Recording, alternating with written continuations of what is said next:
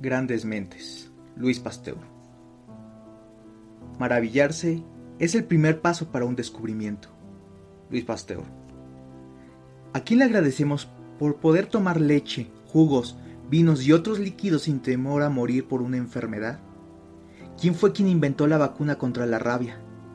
Le debemos muchísimo a una sola persona, a un químico francés, que ha hecho mucho por el progreso de la ciencia, en especial en los campos de la microbiología de alimentos, la medicina y la química. Según Henri Mondor, escritor y médico francés, Louis Pasteur no fue un médico ni cirujano, pero nadie ha hecho tanto como él en favor de la medicina y de la cirugía. Pero, exactamente, ¿quién es esta persona? Bueno, comenzamos con una pequeña biografía.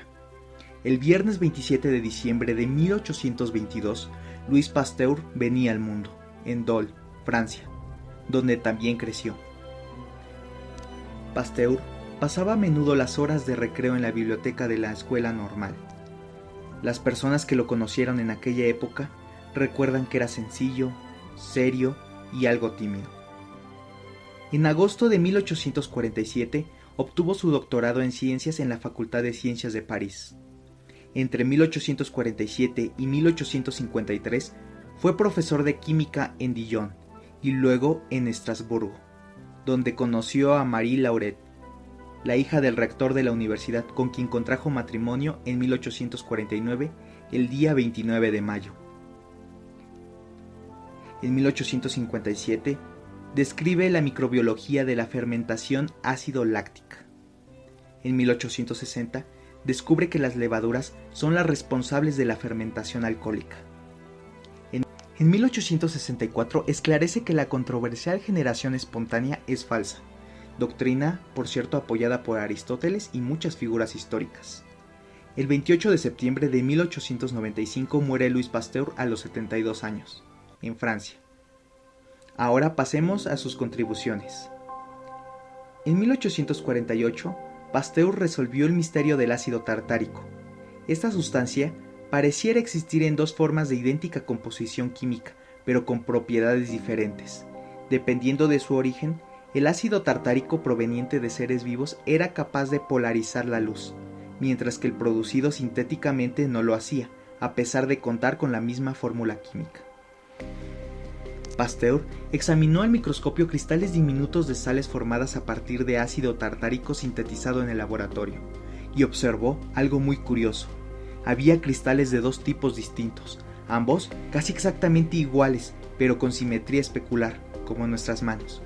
La composición era la misma, pero la forma en que los átomos asociaban podía tomar dos formas diferentes y simétricas.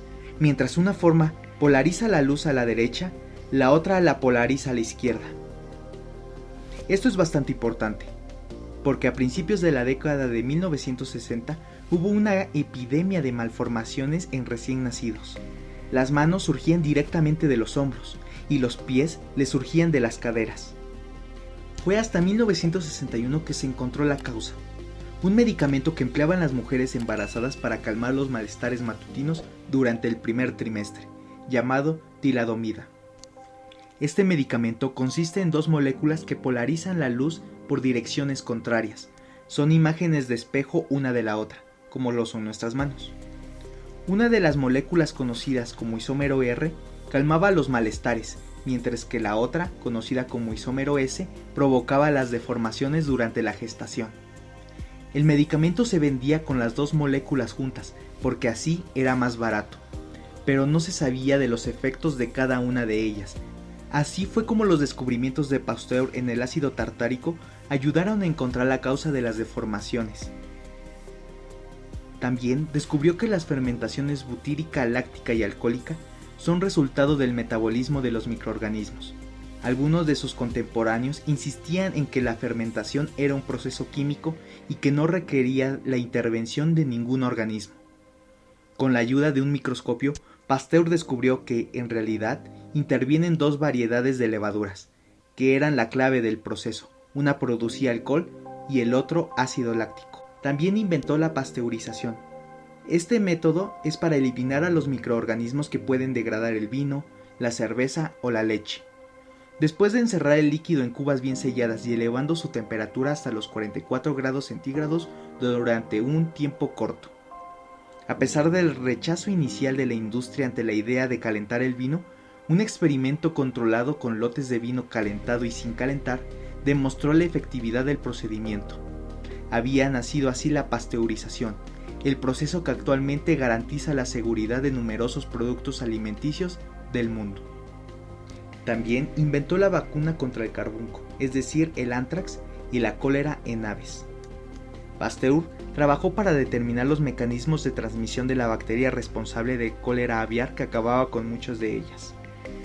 Al debilitarse la bacteria por carecer de nutrientes necesarios, se puede inyectar con estas a los animales para que puedan generar inmunidad. Así que expuso a los pollos una vez más al cólera después de ser inoculados y sobrevivieron, pues habían desarrollado una respuesta inmune. Llamó a esta técnica vacunación en honor a Edward Jenner. La diferencia entre la vacuna de Edward y la del anthrax y cólera aviar es que estas fueron las primeras vacunas de patógenos artificialmente debilitados. A partir de ese momento no hacía falta encontrar bacterias adecuadas para las vacunas, como lo hizo Jenner, al encontrar que las pastoras que tenían contacto con las vacas sobrevivían al carbunco. Las propias bacterias de la enfermedad podían ser debilitadas y con esas se podía vacunar. También descubrió la vacuna contra la rabia. El lunes 6 de julio, por la mañana, Pasteur vio entrar en su laboratorio una mujer alsaciana acompañada de su hijo, José Meister, niño de 9 años, mordido por un perro rabioso.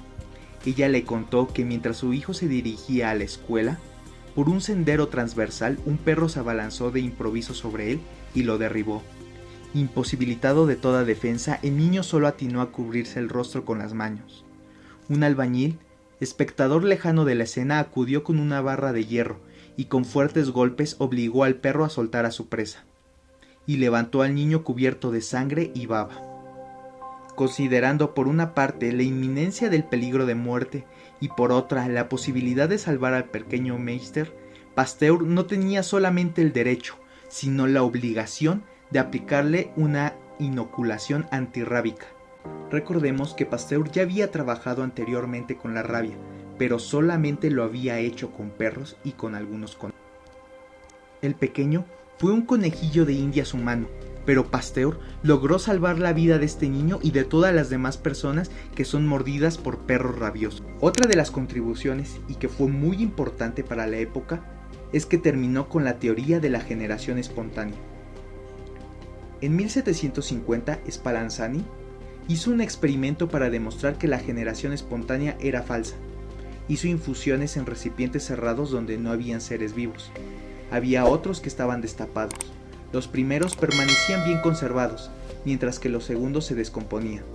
Cuando se abrían los que se encontraban cerrados, también se descomponían. Sin embargo, muchos se oponían al experimento de Spallanzani, argumentando que se les había quitado todo el aire del interior y que por eso no funcionaba. Sin embargo, Pasteur creía en los avances de su colega, por lo que decidió diseñar otro experimento para desmentir de una vez por todas a la creencia de la generación espontánea. Virtió caldo de res en un matraz y con un mechero deformó el cuello de ese matraz. Volvió a hervir el caldo para eliminar cualquier microorganismo que pudiera haber quedado. Los microbios y el polvo se quedaron retenidos en el cuello del matraz. Si el matraz se mantiene en vertical, el caldo permanecerá en buen estado por tiempo indefinido, pero si se inclina permitiendo la entrada de polvo, entonces el caldo se pudre en poco tiempo. Esta vez el aire no fue eliminado. Recordemos que eso fue lo que le reprimieron a Spallanzani. Quedó así demostrado que los microorganismos no surgen de la nada, sino que tienen que venir de alguna parte, de algún agente vector, es decir, algo que los lleve y que los traiga, como el polvo, el agua o el mismo aire. Bueno, y hasta aquí el video de hoy. Coméntanos qué te pareció la vida y obra de este gran científico. Recuerda que si te gustó, puedes darle like y suscribirte. Hasta la próxima.